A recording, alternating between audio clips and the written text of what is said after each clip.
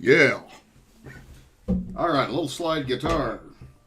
Goofing around in a E flat open tuning, which is kind of a nice little tuning for playing that kind of Delta blues slide guitar, which is a lot of fun to do. All right, but another thing that's really fun to do is to learn trigonometry and learn about inverse trigonometric functions. So what we're going to begin with here today is we're going to look at development of the idea of the inverse trig functions. It's kind of helpful on this section if you remember a little bit about inverse functions that you may have learned from college algebra. So to begin, we're going to develop the idea of the inverse sine graph and develop that function. Okay, so what we're going to do first of all is we generally define the inverse sine on this interval. I'll explain why, for x from -1 to 1, and we usually say, use this notational system, we say inverse sine. That is not an exponent of -1, that's the notational system for the inverse, and we say that that means that the sine of y is equal to x, provided that y is between and equal to -pi/2 and pi/2. So the idea with this, first of all, I do want to kind of go through and just give you an idea of where this graph comes from and just kind of review inverses. So to begin with the development of this, we're going to make a table of values for y equals sine x, okay? And we can refer to the unit circle as we do this, although these are things you don't want to have to look at the unit circle on. So for instance, if we started at -pi, pi would be, of course, clockwise, so you'd have a sine of 0. -pi/2 would be clockwise like this, a quarter of the way around the circle, so you'd have that y value. Okay, so let's start with those values. At -pi, the sine takes on the value of 0. At -pi/2, the sine takes on the value of -1. And then at 0 radians, of course, the sine is the y value, or 0. At pi/2 radians, you're going to be at 1.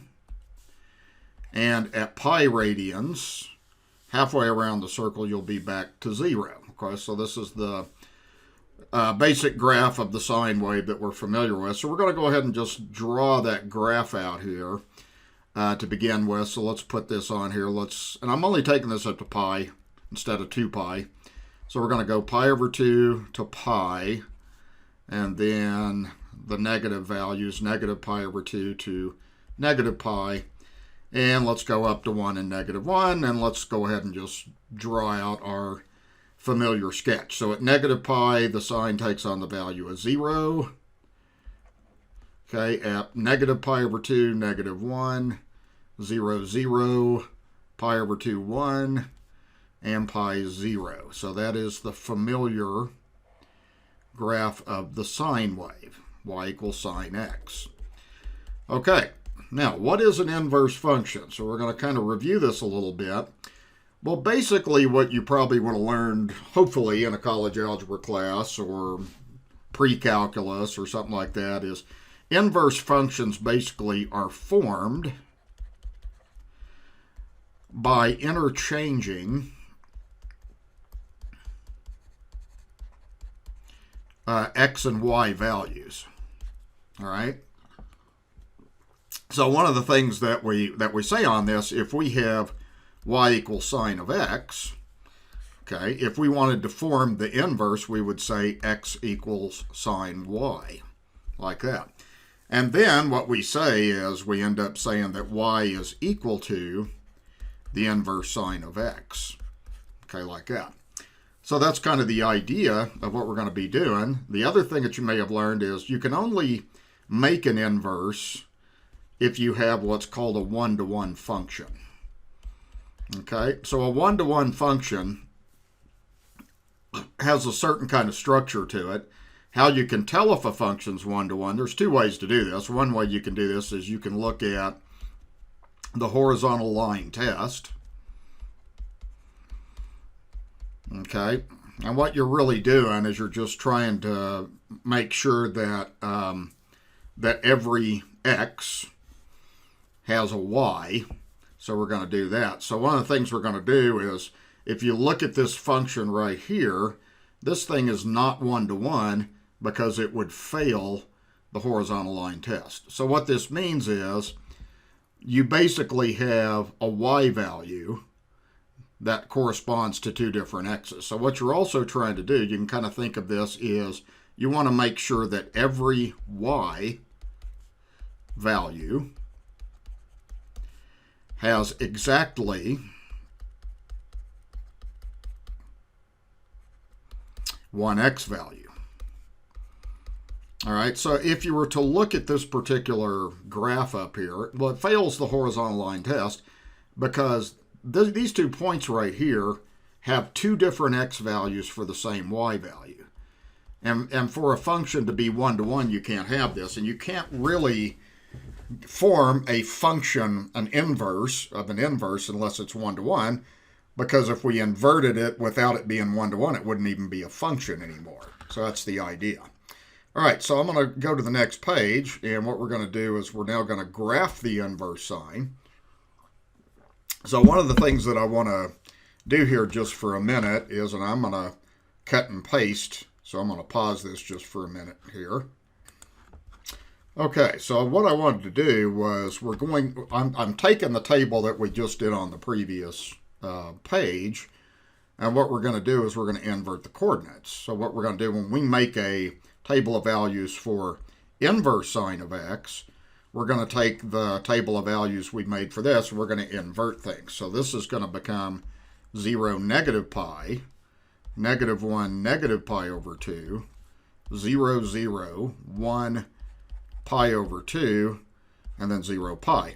So you're going to notice that the x values now are kind of ranging from negative 1 to 1, and then your y values seem to have a low value of negative pi and a high value of pi, like that. All right, so the thing is, does this make a function? Well, the answer is no, and the reason is primarily because of this. You basically have the same x that has three different y values, and remember, you can't have that. So you have x is 0, mapping to negative pi, mapping to 0, and mapping to pi, so that's a no-no. So it's not a function. So the question is, how can we define it so it is a function? Okay.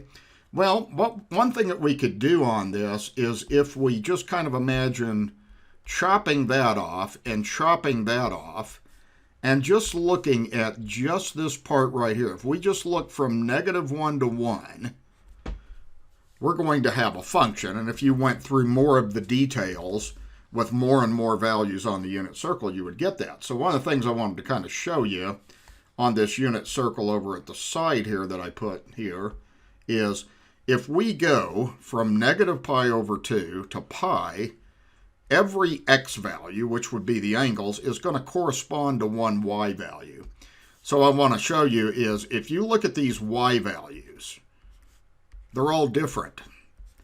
Okay, every one of them is different. So every x has exactly one y. So when we define the inverse trig function for a sine, we want to define it so it is a function. Okay. So the question is, to answer that question, how do we define it so it's a function? Well, really what we do is we define it on the interval negative 1 is less than or equal to x is less than or equal to 1. Okay, so we're only looking at those values. And the other thing is, for the y values, we're wanting to look at basically between negative pi over 2 less than or equal to y less than or equal to pi over 2, like that. So that's how we're going to define that so that you have that. All right, so again, we're going from negative pi over 2, which is that direction, to pi over 2, like that. Then we'll have a function, okay? So what we're going to do is we're going to go ahead and we're going to graph this now, just kind of taking these three values right here. So we have negative 1, and we have 1. The biggest value of y is going to be pi over 2. the smallest value is going to be negative pi over 2. So let's go ahead and let's just plot the points from our chart. So we have -1, negative pi over 2. Then we have 0, 0, like this. Then we have 1, and we have pi over 2 like that. Okay, so that's kind of how that goes. Now, one of the things I do is, how does this connect? Well, I always just turn my head 90 degrees to the right when I do this, and I try to imagine this being part of a sine wave. So it kind of goes like this, okay, and it kind of swings through like that. So that's roughly what that graph looks like. So it's kind of a piece of a sine wave turned upside down. And see, the thing is that I want you to understand is if we inverted a sine wave, okay, it wouldn't be a function because it would fail the vertical line test. So this thing clearly passes the vertical line test. Every vertical line is going to go through one value. So we have defined a function. Okay, so that's what the graph of the inverse sine then looks like, is like that. So a couple of observations that are real important is the domain of the inverse sine is from -1 to 1, okay, including -1 to 1. And the range is from negative pi over 2 to pi over 2, including those two values like that. Okay, and one of the things that's important is if you're finding the inverse sine of an angle, you want to be sure to give the answer in the proper interval. So the interval in radians is your answer. If I'm wanting you to give me the answer to a inverse sine of a given value, it's got to be in the interval negative pi over 2 to pi over 2. And of course, in terms of degrees, that would be negative 90 degrees to 90 degrees like that. Okay. Another thing is you will see arc sine quite a bit. So this and arc sine mean the same thing. So you're going to see that kind of interchangeably. Sometimes you'll see me write it as inverse sine. Sometimes you'll see me write it as arc sine. Okay, so let's go to the next page. And now what we're going to do is going to crunch out some of these things. And one of the things I want to look at, we'll refer to the unit circle a little bit as we do this. And what we're going to do is we're going to find specific values of this. And you're really just working with their unit circle in reverse. So the first thing that we're going to do is we're going to figure out what the inverse sine of square root of 2 over 2 is. And we're going to compare that to the inverse sine of negative square root of 2 over 2 like that. Excuse me. So one of the things that you have to pay attention to, remember, is your answer can be either from 0 to pi over 2, or it can be from 0 to negative pi over 2. Nothing's going on over here on an inverse sine. You're just looking at quadrant 1 and quadrant 4, and that's it. So one of the things is, if you want to find the inverse sine of square root of 2 over 2, you are looking at where that happens. It happens there. And you're giving me what that angle is. Okay, so that angle in radians is pi over 4. So the answer to that problem is going to be pi over 4. Okay, and see, it has to fall in this range. Okay, you're not going to give me 3 pi over 4 because it's out of range. 3 pi over 4 does not fall within that specified range, so it's not an answer. Remember, we're dealing with a function here. So if you're doing an inverse sine of a value, you're getting one answer exactly. Okay, or none at all. Sometimes it's undefined. Okay, so now we're going to look at the inverse sine of negative pi over 2. Well, there's two places where this happens. There's there and there. However, this is out of range. Okay, so you don't work with that, you work with this. So that means the answer to the problem that you're going to give me is 7 pi over 4. Okay? Except when you're dealing with 7 pi over 4, it's out of range. Okay, so what you have to do, and this is where students a lot of times mess up, is see, that's a negative 45 degree angle. So you have to give me negative pi over 4. You got to really pay attention to that. Your answer, I can't stress enough, has to fall within that range. So 7 pi over 4 is not the correct answer. Negative pi over 4 is. Okay? Be careful about that. Okay. So, going through some more problems here. Okay? So, I'm going to erase some of this mess I made on the unit circle here, and let's start over again. Okay, and look at a few other things. It's all kind of the same idea when you get right down to it. Okay, so now we're looking at, this is really 1/2. Okay, 0.5, of course, is 1/2. So we're really looking at inverse sine of 1/2, and we're going to compare that to the inverse sine of negative 1/2. Okay, so to begin with, 1/2 occurs there. Okay, the angle that corresponds to that is pi over 6. So the answer to this is pi over 6. Pi over 6 falls in this range, so we're good. Now, you got to be careful with the negative ones, okay? Negative 1/2 occurs here. It occurs at this angle. However, you cannot give me that angle, 11 pi over 6, because it's not in this range. You have to give me a negative angle. So that is going to be really a negative 30-degree angle, which is negative pi over 6. So you're going to see kind of a structure to these things and kind of a pattern as we go through. Okay, so be careful about that range again. Okay, now let's move on to arc sine of negative 1. Again, what you're going to do is you look on the unit circle within this range. Okay, your answer's got to fall in that range. Figure out where you end up with a y value of negative 1. Okay, so you're there. Okay, now, that angle's 3 pi over 2. Sine of 3 pi over 2 is negative 1, but, again, 3 pi over 2 is out of range. Okay, so you can't use that. You have to use negative 90 degrees or negative pi over 2. Okay, so notice if you're doing an inverse sine or an arc sine of a negative number, you're getting a negative angle. So that's one of the things I really want to focus on. So you see that was negative, this was negative. It's always the same. Okay, that's by definition. Okay, now the next problem says find the arc sine of 2. That means go to the unit circle, find a y value of 2, and give me the value of the angle that gives a sine equal to 2. Well, the problem is, if you look on this unit circle, you're never going to see the y value getting bigger than 1 or getting smaller than negative 1. So those are kind of huge issues on this. This is going to be an example of something that's undefined. Okay, so you would just say on this that it's undefined, and the reason is because the domain of the inverse sine is negative 1 to 1.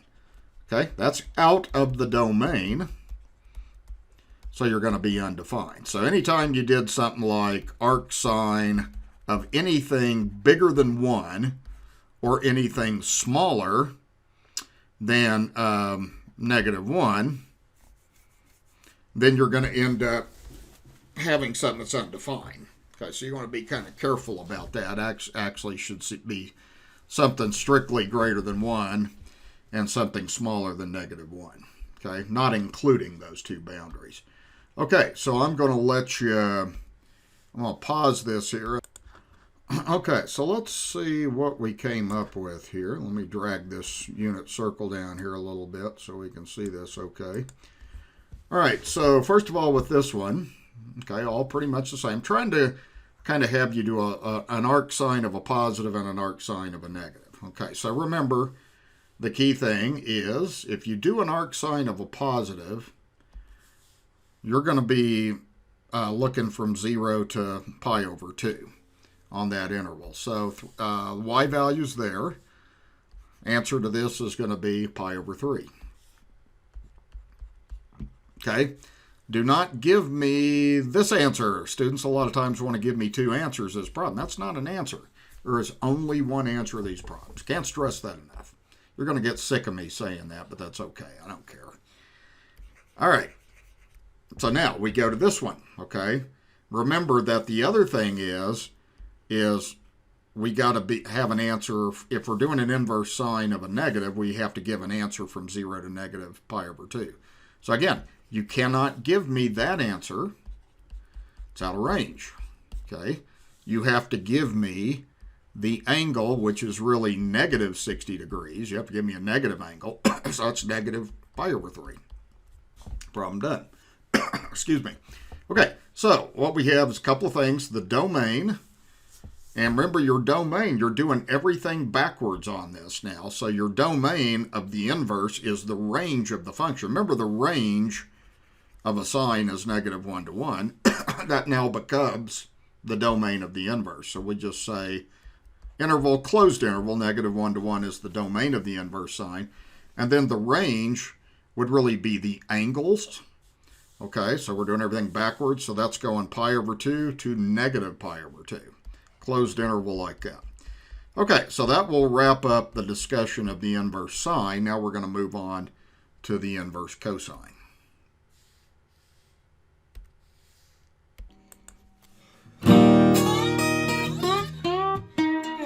Just had to throw in one more riff. All right, now we're going to start with the cosine and develop that idea. So we're going to go through a very, very similar development. And the idea with this is going to be, we're going to start by doing a graph of the cosine. And very similar definitions on this. We got inverse cosine we're going to be looking at from -1 to 1. And then we're going to kind of develop this idea of it being defined from 0, the y values being on the interval from 0 to pi, including 0 and pi. So to develop this idea, we're going to basically just go through and develop a cosine graph. I'm going to move the unit circle over here just a little bit. Okay. And let's just start with this. Of course, on the unit circle, we know that we're looking at the x values. So at 0, we got an x value at 1. At pi over 2, we have an x value of 0. And at pi, we have -1. So those are kind of your key values we're going to put together. So the cosine of 0 is 1. Cosine of pi over 2 is 0. And the cosine of pi is -1. And then if we go to -pi over 2, well, we're looking at 0 again. And if we're looking at -pi, a clockwise angle, we're back to -1. All right, so let's graph our familiar cosine wave through -pi to pi, and see what we got. So let's get everything labeled. Pi over 2 to pi on the positive x-axis, and -pi over 2 to -pi on the negative axis, and then 1 to -1 like that. All right, so let's plot these points. We have -pi, -1, and we have -pi over 2 to 0, and then 0, 1, and so forth. Okay, so let's get the cosine wave put together here. Okay, so it kind of goes like that, like we're familiar with. God, that's hard to draw curves on this computer like that with this pen. Okay, so the question is this a one-to-one function? Well, remember, on a one-to-one function, we have to see that every y has exactly one x. And if you went through and did like a horizontal line through that point right there, the problem is you would have the same y value corresponding to two different x values. So that's a problem. So it is not a one-to-one function. So we're going to have to think about how we define this in order to get a one-to-one function. Okay, so I'm going to pause just for a minute and then we'll go to the next page. Okay, so we're going to basically make a table of values now for the inverse. So again, we're going to take these points and we're going to invert them. We're interchange the variables x and y when we do this. So we're just going to go -1, -pi, 0, -pi over 2, 1, 0, 0 pi over 2, and then -1 and pi like that. So notice that the x's are now going from -1 to 1, and then we have the radian values interchange like that. So do the following values make a function? Of course they do not, and the reason they don't make a function is because of this. You know, if you look at this, we have an x value with two different y's. So you have -x mapping to two different places, which of course is a no-no as far as functions go. Then we also have a problem with 0. 0 maps to -pi over 2, and it also maps to pi over 2. Okay, so it's not a function, so we have to define it so it is a function. So it turns out what we do on a cosine is we really just kind of ignore that point, and we define it on this chunk right here. Okay, so what we're going to do is we're going to define this from, I'm looking at the angulars values here, we're going to define this from 0 to pi. Okay, all right, and then our domain's going to go -1 to 1 like that. So what we're going to do is we're going to just graph those points to get a graph of the inverse cosine function. Okay, so what we do, again, is we go from -1 to 1 on the x-axis, and then, now this time, notice that the y values on this table of values don't have any negative values. They go up to pi, so I'm going to write this as pi, and of course this is pi over 2. Then we're going to graph these points. So we have a point 1, 0. We have a point 0 pi over 2. And we have a point -1 pi, like that. Now, when I connect this, I always tilt my head to the right. I wish you could see me doing this. Okay, then I just kind of know how that cosine graph's going to go. The cosine graph kind of curves through those points kind of like that. So that's what the graph of the inverse cosine looks like. Okay, couple of observations. The domain of the inverse cosine goes from -1 to 1, and the range of the inverse cosine is from 0 to pi, like that. So what we do, if you look at this unit circle, I'm going to slide this unit circle over here just a minute, is what we're really going to be looking at on this unit circle now is we're only going to be considering on an inverse cosine from 0 to pi. We're not going to consider anything down there. We're just going to look at the upper portion of the unit circle when we do this then. Okay. All right.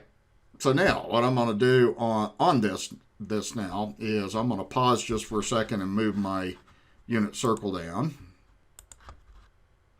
Okay, so what we're going to do is work out just a couple of examples on this now.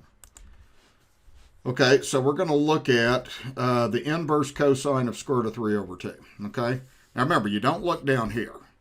You only look at the upper portion of the circle on an inverse cosine. So, where is the x value equal to square root of 3 over 2? That's at pi over 6. So that means the answer to this inverse cosine of square root of 3 over 2 is going to be pi over 6. Okay, now you got to look at negative square root of 3 over 2. That occurs here at that angle. So the answer to that is 5 pi over 6. Okay, see, that's in range. These two answers, pi over 6 and 5 pi over 6, are in range. So that's it. So you're always going to find, if you do an inverse cosine of a positive, you're going to give me a quadrant 1 answer. If you do an inverse cosine of a negative, you're going to end up giving me a quadrant 2 answer, like that. Okay, so that's how that goes. All right, real simple. Okay, going to the next page. Again, I'm going to just kind of use the unit circle to refer to. All right, so we're going to look at the arc cos and arc cos of -1, 1 and -1. I always like to look at one of each. So again, what you're doing on this is you're not looking down here. You're looking from there to there. Okay, so if we look at the arc cosine of 1, you need to find on the unit circle where the x value is 1. So that occurs at 0 radians. So the arc cos of 1 is going to be 0 radians. Okay, the arc cosine of -1 is going to be pi radians. Like that. Problem done. Okay, now notice 0 fits in the interval, so does pi. So that's it. So it's just kind of looking at the unit circle in reverse, if you think about it. Okay, now on this one, the idea is, where is the x value -3.5? Well, if you look at your x values on a unit circle, they never get bigger than 1, and they never get smaller than -1. So that means that this is going to be undefined. Okay? And the idea would be if you did an inverse cosine or a arc cosine of something that was bigger than 1, then it's going to be undefined. Or if you did an arc cosine of something that's less than -1, then that's also going to be undefined. Okay, so I will let you all try the next thing. Okay, I'm going to pause and give you a few minutes to try the next 3 problems. Okay, so let's see if you came up with the right values on this now. Okay, so if we're looking at the inverse cosine of square root of 2 over 2, we're looking at this x value, so the answer is pi over 4. Now see, we're not looking at this because it's out of range. There's only one answer to these problems. Okay, so that we're going to say the inverse cosine of square root of 2 over 2 is pi over 4, or 45 degrees. Okay, and then if we're looking at the inverse cosine of negative square root of 2 over 2, that x value is there. This one doesn't count because it's out of range. So that answer is 3 pi over 4. Okay, and that's it. Okay, and the domain is -1 to 1. Okay, so you're going from this x value to this x value. And then the range, you're going from this angle to this angle. 0 to pi, including the endpoints. That's how that goes. Okay, now I'm going to move to the next page, and we're going to look at the inverse tangent. And we're going to develop that in a very, very similar idea. And this will be the last one that I'll develop. We will go through the inverse secant, inverse cosecant, and inverse cotangent, but I'm not going to do too much development on those. All right, so basically the inverse tangent, what it's really saying is you're looking at the tangent of y equals x, and then we'll go through this defined interval like that and where that comes from. So what we're going to do is we're going to go to the unit circle like we've been doing, and we're going to fill out this table of values. So let's start with 0. So at 0, we have y over x as the definition. So if we're working with y over x, we're going to have 0 over 1. So the tangent of 0 is 0. At pi over 4, we're going to do y over x on this. So if you do square root of 2 over 2 divided by itself, of course you're going to get 1. And then if we move over to pi, y over x is going to be 0 over -1. So that takes us back. Whoa. That's wrong thing, Brad. Come on, pay attention. Okay, where is pi over 2? Pi over 2 is here. Okay, so that means that what we're going to do here is we're going to do 1 over 0, which is undefined. So we have a vertical asymptote at that particular point. Then by the same logic, if you go to negative pi over 4, that's going to be -1. Y over x is going to be -1. Then if you go to negative pi over 2, that's going to be -1 over 0, so it's going to be undefined. Like that, so you're going to have a vertical asymptote. So we've already learned how this goes. Let's go ahead and just review how the graph goes and put this together. So let's see, we're going to go pi over 4, we're going to go to pi over 2, and then negative pi over 4, negative pi over 2, we're going to go up to 1 and down to -1 like that. And remember what we learned about the tangents graph is you have places where it's undefined, which are going to be represented by vertical asymptotes on the graph. And then if you plot these points, you're going to have a point 0, 0. You have a point pi over 4, 1. And a point negative pi over 4, -1. And then the graph, remember, does kind of a shape sort of like that. And approaches the asymptotes like that. Okay, so now just from negative pi over 2 to pi over 2, the question is this a 1-to-1 function? Answer to that is yes.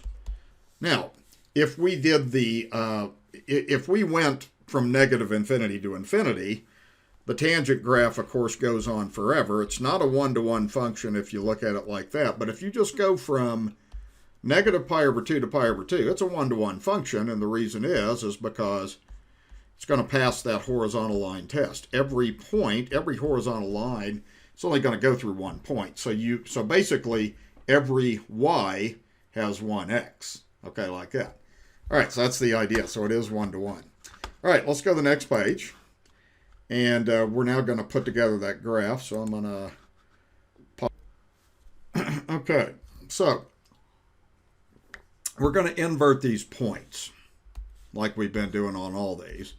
So I'm going to just kind of write this like this. I'm going to go ahead and just say, okay, we're undefined there, negative pi over 2. And just invert these things like this.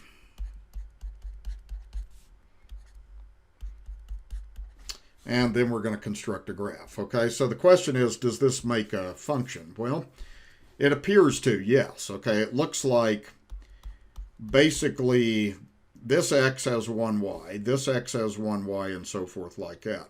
So it's already, if we define it so it's a function, we're just going to define this from negative pi over 2 to pi over 2. Now notice on this I use parentheses, and the reason I use parentheses is because you are undefined. The tangent's undefined at pi over 2 and negative pi over 2. All right, so let's do the graph of the inverse tangent. Okay, so let's do, let's see, we're going to go out on this one now. We're going to just start by going from negative 1 to 1. And then we're going to go all the way down to negative pi over 2. And up to pi over 2 on the y-axis.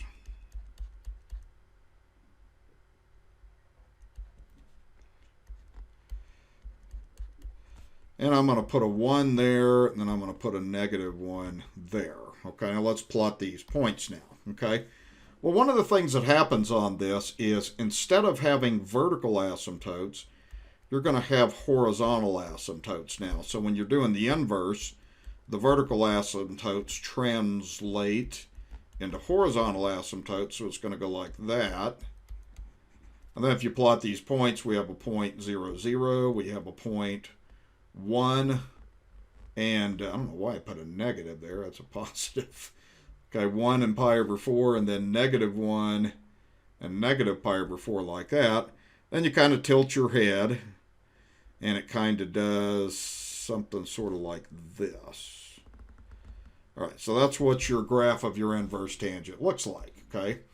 So a couple of things that you want to notice on there. First of all, the domain is all real numbers this time, okay? So the graph does go on forever like that, and then the range is going from negative pi over 2 to pi over 2 with parentheses. That's not a misprint. They do you don't include the negative pi over 2 and the pi over 2 because the tangent again is undefined at those points. So on a unit circle, if you kind of look at this, what goes on this now is you're only looking from pi over 0 to pi over 2 and then 0 to negative pi over 2. So you're not looking at this region in here. And you're going to notice that you have a different x and y value. You're going to get a unique value of the tangents on that interval because the tangent's y over x.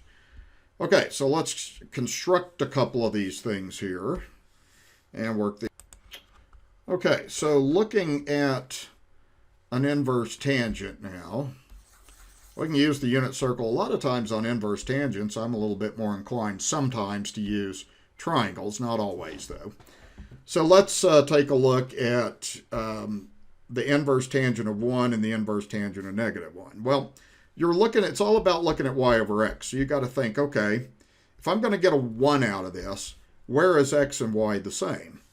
Okay, well, x and y are the same at 45 degrees or pi over 4.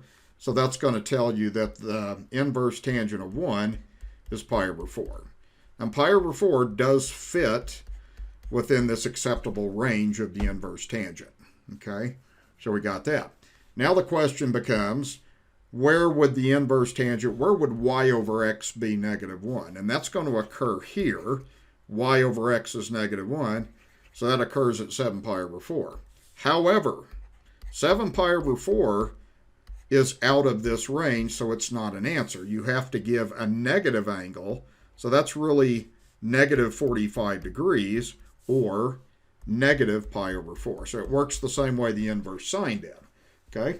So one of the things that you're doing when you're dealing with an inverse tangent, make sure that your answer falls between negative pi over 2 and pi over 2. Nothing else is acceptable. Only one answer.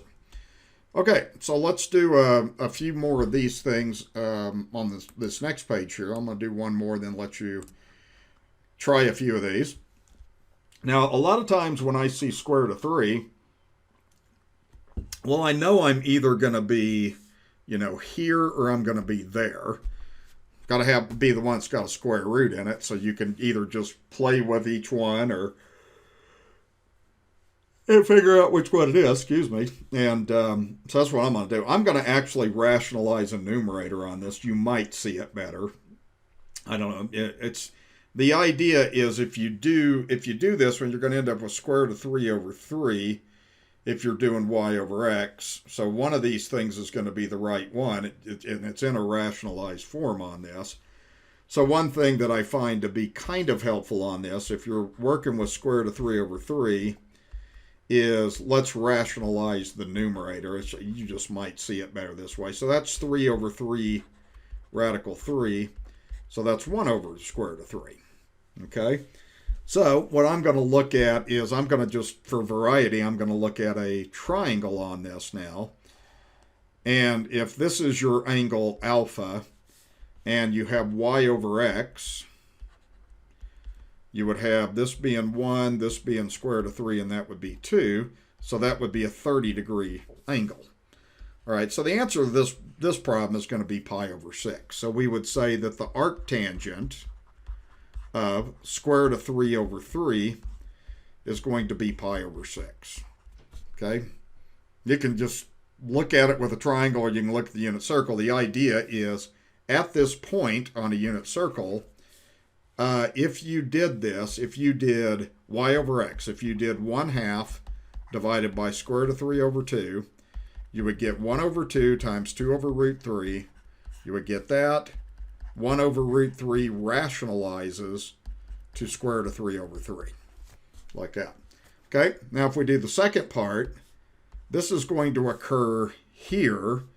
And again, 11 pi over 6 is out of this range, so you have to give the answer of negative pi over 6 in order for that to be in that range. So the arctangent of negative square root of 3 over 3 is equal to negative pi over 6. So notice that pi over 6 and negative pi over 6 fit within the acceptable range. Okay, so I'm going to pause and let you work a little bit with... Okay, so now let's look at this one. So to begin with, we need to figure out where y over x is square root of 3. So I'm pretty sure that's going to happen here. And where is the inverse tangent y over x going to be negative square root of 3? I'm pretty sure that's going to be here, although that answer is out of range, so you got to be careful about that. Now, one thing that you can do on this is what this problem is really saying is it's really saying the tangent of what angle is equal to the square root of 3 over 1. And of course, the square root of 3 over 1 is, remember, the tangent's definition is y over x.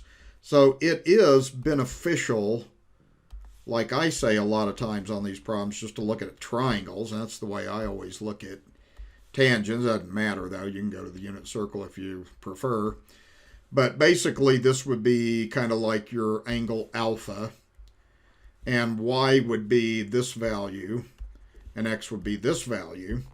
And that would be 2, so this would end up being a 30-60 right triangle. So this is a 60-degree angle is where this happens. So you would say this then. You would say that the inverse tangent of square root of 3 is going to be pi over 3. And then, by similar logic, the inverse tangent of negative square root of 3, now that occurs here, but remember 5 pi over 3 is out of range, so you can't give that, you have to give a negative angle. So you have to give that negative 60-degree angle, or negative pi over 3. Okay, now the domain of the inverse tangent, just remember, and think of it this way, the range of a tangent is in negative infinity to infinity. Remember, a tangent graph has a range from negative infinity to infinity, so that means the domain of the inverse is going to be the same. And then the range is the important thing, is negative pi over 2 to pi over 2. Think of that as if you're working out an inverse tangent, your answer, the result of that has to fall within that range. Okay, the rest of this we're going to just kind of go on a calculator now. So I'm going to pull up this trusty calculator and kind of get this thing set up so that we can see this okay. And these problems right here, students have a really bad tendency to mess up on. So pay attention to this. And let me get this calculator set up a little better so we can see that a little better. Okay, so the thing that I always tell students to do on this problem now is write, to keep you from forgetting this, because it's easy to forget this, and I'm even bad about forgetting how you do this on your calculator, but I understand the concept, so I can pretty easily figure it out. So what I always tell students to do on these, you don't have an inverse cotangent button. You have an inverse sine, inverse cosine, and an inverse tangent button that you can do easily enough. So if you were doing like an inverse sine of 0.5, you're going to get 30 degrees. My calculator's in degree mode. If I did an inverse sine of negative 0.5, notice I get a negative angle because the range of the inverse sine goes from negative 90 to 90. So you'll kind of see that idea. Playing around with your calculator kind of helps you see this relationship. So you get that. If I did the inverse sine of negative 0.9, notice that I'm going to get a negative angle. Okay? And then the inverse tangent works the same way. If I do the inverse tangent, say, of 0.5, I get this angle. If I do the inverse tangent of negative 0.5, I get a negative angle. And again, that's because we learned that the range of the inverse tangent is from negative pi over 2 to pi over 2. Okay? Then we also learned the cosine goes like this. So if we do the inverse cosine, say, of 0.5, I get an angle in quadrant 1. However, if I do the inverse cosine of negative 0.5, you're going to see a quadrant 2 angle coming out. Okay, so it's going to work like that. And remember, the inverse cosine, your answers are going to go in degrees from 0 to 180.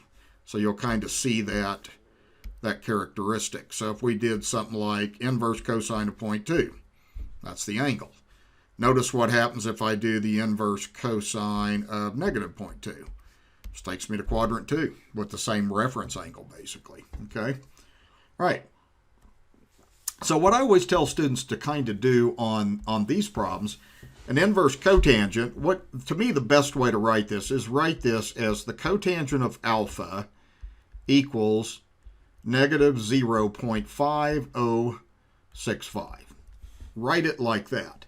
Then convert it to a tangent. So you could say the tangent of alpha is just the reciprocal of this, and then this would give you a way to put this in your calculator. So you're going to put this in your calculator like this. You're going to just say alpha is equal to inverse tangent of 1 over negative 0.5065. Okay, now we're going to get this in degrees. Generally, the directions to the problem don't really say that, but I would have to specify whether I wanted the answers in degrees or radians. So what I'm going to do on the calculator then is I just type this in like this. I'm going to get degree answers on this, so I'm going to go inverse tangent of 1 over negative 0.5065, and then that'll give the answer. Okay, and it's a negative angle. Okay, so we're going to have on this then for our answer, 3 decimals will have negative 63.138 degrees, like that. Okay, all right? And then all these problems are done the same way once you catch on to this. So the next problem I'm going to do like this. This is really saying the secant of an angle alpha is 1.2421. That's the same